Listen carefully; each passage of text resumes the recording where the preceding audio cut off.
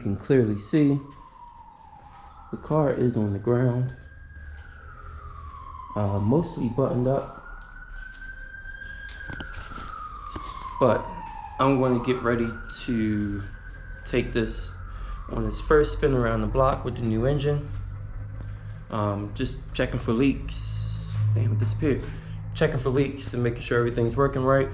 I'm gonna take the Buick and spin around the block real quick, make sure there's nothing, nobody's blocking the road, and there ain't no cops sitting somewhere, because it's damn sure ain't got no tags on it yet. But yeah, hopefully everything works out well. Let's go.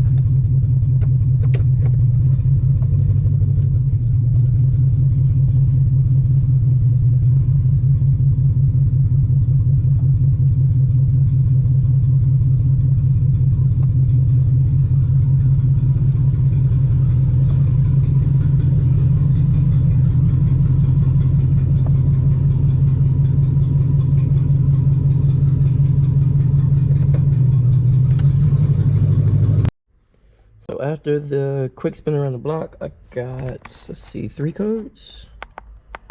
Cylinder 2 misfire, that's odd. EVAP emission system pressure sensor switch, not surprised. And vehicle speed sensor. I was not looking at the dash when I was driving, so I'm not sure if the speedometer was working, if the speed sensor is the incorrect one for the communication system, yada yada, whatever it is. I'll try to figure it out. You probably saw the clip where I drove around the block real quick. It does run. I did have to bring it back in. It did throw a code for the speed sensor, and I found out that the speed sensor actually just came unplugged. It didn't have like the little locking tab that's on it. It keeps it from backing off, so it just backed off as soon as I took it around the block. Anyway, got that fixed. I took a plug off of the 2J sitting over there, that trans harness. Those that speed sensor on the back of the A650 is the same from the GS to the IS. So keep that in mind. Actually, a lot of these plugs are the same. A lot of these sensors are the same. So yeah, Toyota interchangeability, it strikes again. Welcome back to another episode of taking 2 steps forward. No, 1 step. Taking 1 step forward and 2 steps back. On today's episode, I will, as soon as I find a flashlight, I will show you why it is important when you do a timing belt or do anything timing wise on your engine to make sure it is done correctly the first time. Especially when you already have it out the car and everything is very easy to access. Make sure you do it right the first time. I don't care how many times you do it right the first time. Because it sucks doing it again. Let me show you. So here we go. Got the timing cover and everything ripped off of the front. I was having a misfire on cylinder number 2 and number 8. And I checked everything spark-wise, fuel-wise, everything was good. Talking to a buddy of mine who has done timing belts on plenty of engines before, said to double check the timing, especially because when this engine was in the other car, it did not have an issue as far as misfires. So I went and set everything up, or tried to get everything lined up with the marks, the timing marks on the crank, which is down there. It's gonna be hard to see, but you can see I labeled this one. Well, not labeled, but there's a red marker right there, and right there it lines that up, and it lines that one up. And the problem with that was when I went to spin everything around and make sure it was lined up, the camshaft actually on both banks was off by like a tooth. So doesn't seem like a big deal. Obviously the engine ran and rotated, so it didn't lock up, but big enough for it to cause a misfire. So hopefully, everything's back together now. I had to, loosen up everything, loosen up the belt, loosen up the tensioner to get everything lined up that how it needed to be correctly. And I'm going to proceed to put everything back together.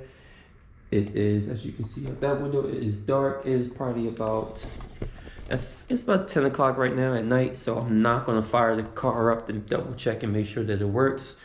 Clearly, it does not have an exhaust on it. We'll fire it up in the morning and put everything back together. This memory card is running out of room, so I'm probably not going to time lapse it. It's pretty boring anyway. What's up? We back. Good afternoon. Let's get started. Gonna throw some coolant. This bad boy right here.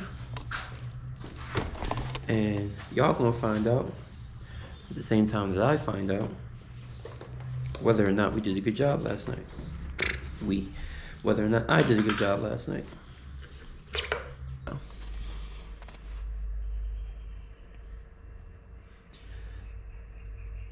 Wait for this to load up. I'm gonna clear everything out. Mass air intake temp. Left something unplugged. Let's see. Yep. Mass airflow is not plugged in.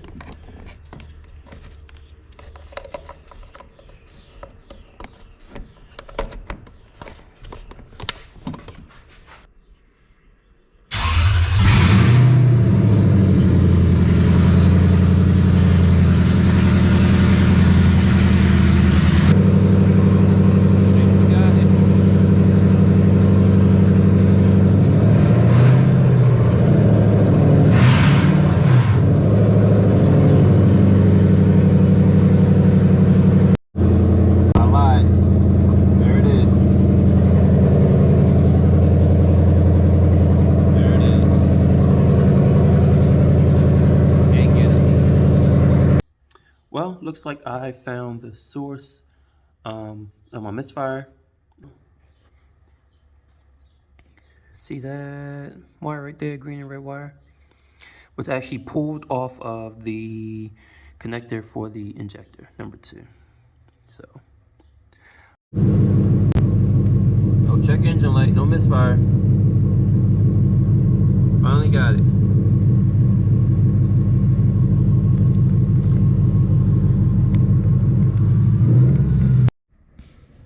All right, I did end up making the intake. Actually, I bought a pre-made intake really from HPS. It's actually for a GS430. It was pretty much a decent size. It was like the right size and the right shape. And I liked that it had the pre-made bungs for the vacuum hoses. So that was good. but the filter that they gave me was too big, and so it wouldn't fit. And I just made some modifications. I just went to AutoZone. Got a coupler and an elbow and a smaller filter. So you can see I kind of got it angled down and back. So the one that originally came with this was too big. It was sat like right here, and guaranteed the hoop was not going to close with that. Also, the ECU was out of it. The ECU is up in California at Quantum Auto, getting recalibrated, a little bit more power, get rid of the evap codes, and what else did I do to that? Can't remember. I think that was it. I can't remember though. But yeah, it's up at Quantum Auto. It should be back shortly, and then I'll get everybody up to date on how that turned out. So hopefully when I get the ECU back, the gauges work, the fuel gauge works, and the coolant gauge works and stuff like that. So just waiting on that. So that is going to be the, as I bump into stuff and almost break the mirror on this car, that's going to be it for this episode. Thanks for watching. Tune in next time. Like I said, I'll have the ECU back, and hopefully we can go get a exhaust made for this real soon, and this thing will be road ready in almost no time. So take it easy. Thanks for watching. Subscribe, like, all that other good stuff. Appreciate it. See y'all next time. Have a good one.